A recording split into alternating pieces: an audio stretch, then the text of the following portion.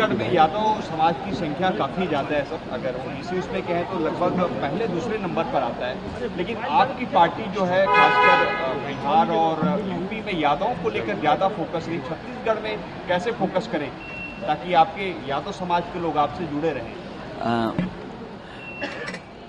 देखिए, ये जो सवाल आपने किया है, ये सवाल इतना उलझा हुआ है जितना राजनीति उलझी रहती है। राजनीति भी उतनी उलझी है जितना आपका सवाल उलझा हुआ है। ये सही बात है कि कौन कहाँ पैदा होता है इसका किसी के हाथ में नहीं है, क्योंकि मैं उस परिवार में पैदा हो गया इसलिए मैं यादव हो गया, आप किसी और परिवार में पैदा हो गए तो आप वो हो गए। लेकिन एक अच्छी बात यह है कि इधर लोग जागरूक हो गए हैं और जागरूक होकर के पूरे देश में ये बहस छिड़ी हुई है। हर जाति ये चाहती है कि उसकी गिनती हो। पूरे देश में एक अच्छाई ये आई है कि हर व्यक्ति चाहता है कि उसकी जाति के बारे में गिनती हो और जानकारी हो। और ये बात यहाँ तक पहुँच गई कि राष्ट्रीय पार्टियां भी आजकल रीजनल पार्टीज का जो नैरेटिव है उसको फॉलो कर रहे हैं। मुझे याद है लोकसभा में जिस समय नेताजी थे, शरद यादव जी थे, आदरणीय लालू प्रसाद यादव जी थे और दक्षिण भारत के बड़ी संख्या में नेता, रीजनल पार्टी के बड़ी संख्या में लीडर्स ये मांग कर रहे थे कि जाति जनगणना हो, जातियों को गिना जाए और गिन करके उनको अधिकार और सम्मान मिलना चाहिए। ये लड़ाई लड़ी गई थी, उस समय सरकार दूसरी थी और वो लड़ाई आज भी चल रही है। अब सोचिए, कांग्रेस भी कह रही है कि हम जाति जनगणना कराना चाहते हैं, बीजेपी भी दबी जबान कहती है कि हम जाति जनगणना कराएंगे। तो ये एक अच्छी बात हो गई है कि पूरे देश में ये बहस छिड़ गई है और सबने स्वीकार कर लिया है कि जाति जनगणना होनी चाहिए और जाति के हिसाब से अधिकार और हक मिलना चाहिए। जो बाबा साहब भीमराव अम्बेडकर जी का संविधान है, जिसमें सामाजिक आर्थिक रूप से जो गैर बराबरी है उसको दूर कैसे किया जाए, उस दिशा में जो आरक्षण है उस पे काम हो। और उसमें कई दल तो ये भी मांग रहे हैं कि दक्षिण भारत में जिस तरह सीमा टूट गई है आरक्षण की, वो सीमा तोड़ी जाए यहाँ पर, क्योंकि हमारे जो साथ हैं यादव महासभा में तो हैं ही हैं, लेकिन ये हमारे पारिवारिक इनसे रिश्ते भी हैं। और हैं एक विधायक भी है यादव जी, राम कुमार, ये क्या बोलते हैं, राम कुमार यादव, बीपीएल विधायक बोलते हैं। ये भी कांग्रेस के हैं, ये भी कांग्रेस के हैं और मैं समाजवादी पार्टी का हूँ। सवाल ये था सर कि आपकी पार्टी विस्तार को लेकर हाँ, अरे उसी पे आ रहा हूँ, तुम जल्दी क्यों भाग रहे हो? तो मैंने ये कहा कि ये देश में सभी दल जो रीजनल पार्टी का नैरेटिव था उसको फॉलो कर रहे हैं। और छत्तीसगढ़ में या उड़ीसा में, जहाँ मैं कार्यक्रम में आया था उड़ीसा में, उड़ीसा के लोगों का भी ये मानना है कि वहाँ पर बड़ी संख्या में समाज के लोग हैं। आज छत्तीसगढ़ में आपने बताया, मुझे तो पता ही नहीं था। मैं ऐसे पत्रकार साथी का बहुत धन्यवाद देता हूं। आप अगर नाम बता दे तो नाम लेकर के मैं धन्यवाद दे दूं।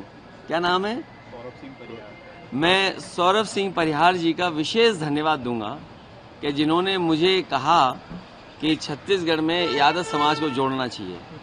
मैं यादव समाज को जोड़ने के साथ साथ पीडीएस समाज जो हमारा है, जो बहुत पिछड़ा है, अपमानित है, और हमारा और उनका एक ही दुख है। हम एक ही पीड़ा से बंधे हुए लोग हैं, हम एक ही पीड़ा से बंधे हुए लोग हैं। अब सोचिए, उदाहरण के लिए बीजेपी ने जिस मंदिर में मैं गया, वो मंदिर में गंगा जल से धुलवाया।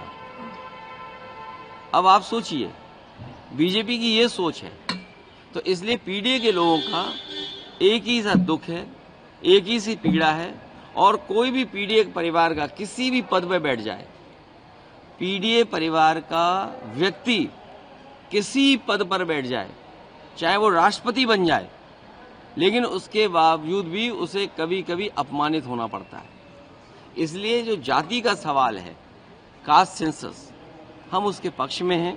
हमारा मानना है कि जिस समय सामाजिक न्याय और सामाजिक न्याय के राज की स्थापना हो जाएगी, बाबा साहब भीमराव अम्बेडकर जी के सपनों को पूरा करने के लिए बाबा साहब के साथ साथ डॉक्टर राममनोहर लोहिया का सपना पूरा हो, और बहुत सारे ऐसे आपके प्रदेश में भी समाजवादी आंदोलन के नेता जुड़े रहे, आदिवासी समाज के नेता जो इस आंदोलन से जुड़े रहे, उनकी यही ख्वाहिश थी कि सामाजिक न्याय मिले, हम बराबरी पर पहुंचे, और हमें उम्मीद है आने वाले समय में हम लोग उस लड़ाई को और आगे बढ़ाएंगे। सर, ये डबल इंजन की सरकार है यहाँ छत्तीसगढ़ में, भारतीय जनता पार्टी बार बार बातें निकल कर आती है कि रिमोट कंट्रोल की सरकार चल रही है, कुछ रिमोट कंट्रोल आपको नजर आता है क्या?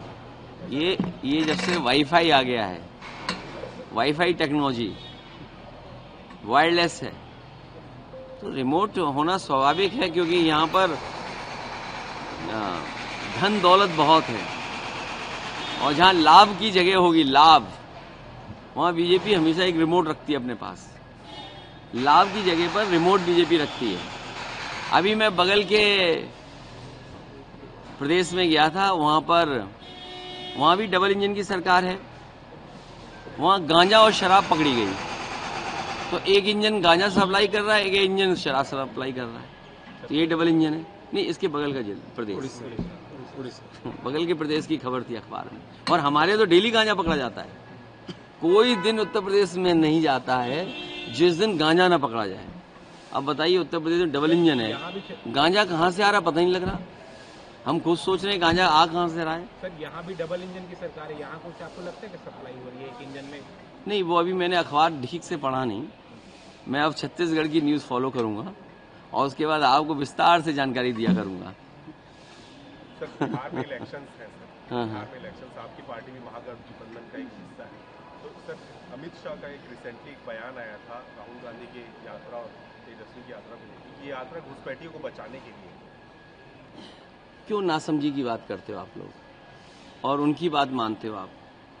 बिल्कुल नासमझी की बात इसलिए नहीं करनी चाहिए। 11 साल से सरकार दिल्ली में किसकी है? कोई सरकार, कोई व्यक्ति अपनी ही सरकार पे आरोप लगा रहा हो, आप सोचिए। कोई ये जो आरोप लग रहा है घुसपैठियों का, आप समझ ही नहीं पा रहे हैं। वो नंबर 2 हैं, वो नंबर 1 बनना चाहते हैं, तो आरोप किस पे लगाएंगे? तो बिना आरोप लगाए तो आगे नहीं बढ़ सकते ना आप। तो आरोप किस पे लग रहा है? ये अगर मान लीजिए घुसपैठिया आ रहे हैं, तो वो अपनी ही सरकार पे आरोप लगा रहे हैं कि भाई 11 साल से हम घुसपैठिया भेज रहे थे। अब इसका जवाब कौन देगा? अगर घुसपैठिया आ रहे थे तो सूची तो होगी ना उन पे, और फिर 11 साल से सरकार उनकी है। भाई यहाँ बड़े बड़े अधिकारी हैं सेंट्रल फोर्स के, हमारी वजह से थोड़ी पोस्ट हैं, हम थोड़ी कर सकते हैं पोस्टिंग। मान लीजिए नक्सली खत्म हो रहे हैं तो सेंट्रल फोर्स है ना, वही तो बातचीत कर रही है, विपक्ष के लोग थोड़ी बातचीत कर रहे हैं। इसलिए अगर घुसपैठिए आ रहे हैं 11 साल से, तब तो उन्हें अपनी ही सरकार पे आरोप लगा रहे हैं। मैं इस सवाल को लोकसभा में जरूर पूछूंगा कि भाई मैं छत्तीसगढ़ में गया और एक पत्रकार साथी मुझे घुसपैठियों पे बात पूछ रहा था, तो घुसपैठी आ कैसे रही है बताओ 11 साल से? ये जिम्मेदारी किसकी थी? हमारी तो है नहीं जिम्मेदारी। हम तो सवाल कर सकते हैं, आप जो सवाल कर रहे वही सवाल हम कर सकते हैं सरकार से। ये पूरे देश में नक्सलवाद खत्म करने को लेकर के दावा कर रही है कि 2026 में नक्सलवाद मुक्त हो जाएगा हिंदुस्तान। कब? छत्तीसगढ़ में भी 2026 डेडलाइन अमित शाह ने रखी है। देखिए, उससे महत्वपूर्ण उनकी ख्वाहिश जो थी कि हमारे किसानों की आय दोगुनी हो, हर गरीब का घर 2022 तक बन जाए, बन गया। जो सामाजिक चीजें हैं, बुनियादी चीजें, अगर उन तक नहीं पहुंचेंगे, उन्हें मुख्य धारा में लाने के लिए पढ़ाई लिखाई इलाज, उनको सुविधा नहीं दोगे आप, वो भी तो हमारे आपके जैसे लोग हैं। अगर हथियार क्यों उठा रहे हैं? उनके पास तमाम रिपोर्टें होंगी, तमाम कमीशंस हैं, तमाम इंटेलिजेंस की वो हैं, और इस प्रदेश ने तो न जाने कितना झेला है, न जाने कितने महत्वपूर्ण लोगों की जान गई है यहाँ पर, न जाने कितने लोग गए जिनकी जान चली गई यहाँ पर। तो यहाँ पे तो बहुत सारी जानकारियां होंगी, जो उनकी बुनियादी चीजें हैं, उन पे भी तो आपको सोचना पड़ेगा। बंदूक इलाज नहीं हो सकता, बुलेट इलाज नहीं हो सकता है। और फिर डिस्ट्रीब्यूशन ऑफ वेल्थ कौन करेगा? प्रति व्यक्ति आय क्या है? आप क्या बता रहे होंगे, आए होंगे दिल्ली वाले लोग, आजकल पढ़ा रहे हैं लोगों को दिल्ली वाले लोग, आपने भी पढ़ लिया होगा, उनकी बात मान ली होगी आपने। अच्छा, आपकी भी मजबूरी है, आपके पीछे, उसके पीछे और उसके पीछे जो है उनसे हमारा झगड़ा है, आपसे नहीं झगड़ा है। तो प्रति व्यक्ति आय क्या है छत्तीसगढ़ में? बताए होंगे, जाने कितनी प्रति व्यक्ति आय है? आप मुझे ये बताइए, जिन व्यक्तियों को राशन मिल रहा होगा, उन लोगों की प्रति व्यक्ति आय क्या है जो राशन पा रहे हैं छत्तीसगढ़ में? ये सब दिखा रहे हो? नहीं दिखा रहे हो, सब कैमरे बंद हैं। राज्य सरकार पर निजीकरण को लेकर प्रति व्यक्ति आय जो है, जो राशन प्राप्त कर रहे हैं, उनकी प्रति व्यक्ति आय क्या है? और फिर महंगाई, डीजल पेट्रोल कहाँ पहुंच गया? बताइए, डीजल पेट्रोल कहाँ पहुंच गया? और आप लोग भी जानते होंगे, कोविड में आपकी अगर वेतन कम हुआ होगा, आज तक नहीं बढ़ा होगा आपका। बढ़ा गया आपका वेतन? कोविड में जो कम हुआ वो बढ़ गया आपका? ये मुस्कुराहट बता रही है कि नहीं बढ़ा। राज्य सरकार हाँ, जाने दे रहे हो मुझे? Thank you. राज्य सरकार पर निजीकरण को लेकर के कई सारे हम निजीकरण के खिलाफ हैं। निजीकरण किसी को लाभ पहुंचाने के लिए होता है। गरीब जनता को लाभ के लिए अगर कोई निजीकरण है तो विचार किया जा सकता है, लेकिन बीजेपी ने हमारी देश की अर्थव्यवस्था इतनी उलझा दी कि पूरी अर्थव्यवस्था को चीन को दे दी, और रही बची यहाँ बेच रहे हैं। आए परियार साहब, तो रही बची बेच दिया उन्होंने।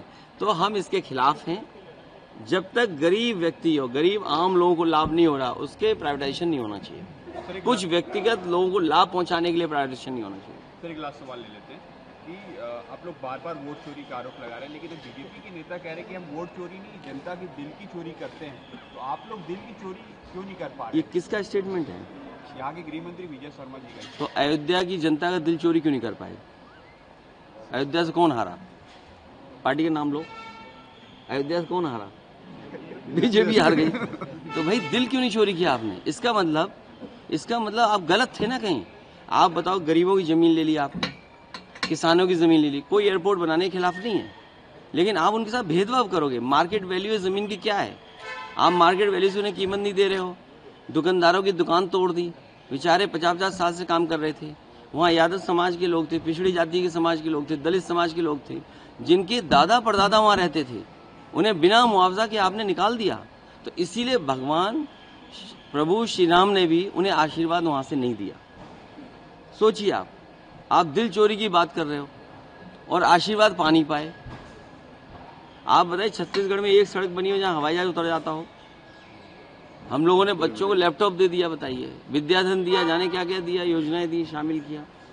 आज बताइए, दूध का ऐड आ रहा है अखबार में, दूध का ऐड। उत्तर प्रदेश सबसे ज्यादा दूध पैदा करता है, सब कारखाने बंद कर दिए मिल्क बनाने वाले। तो ये तमाम सवाल हैं जिनके जवाब सरकार के पास नहीं है। हम लोग छत्तीसगढ़ आते रहेंगे और आपसे मिलते रहेंगे। बड़ा अच्छा है, आपसे बात करने का मौका मिला।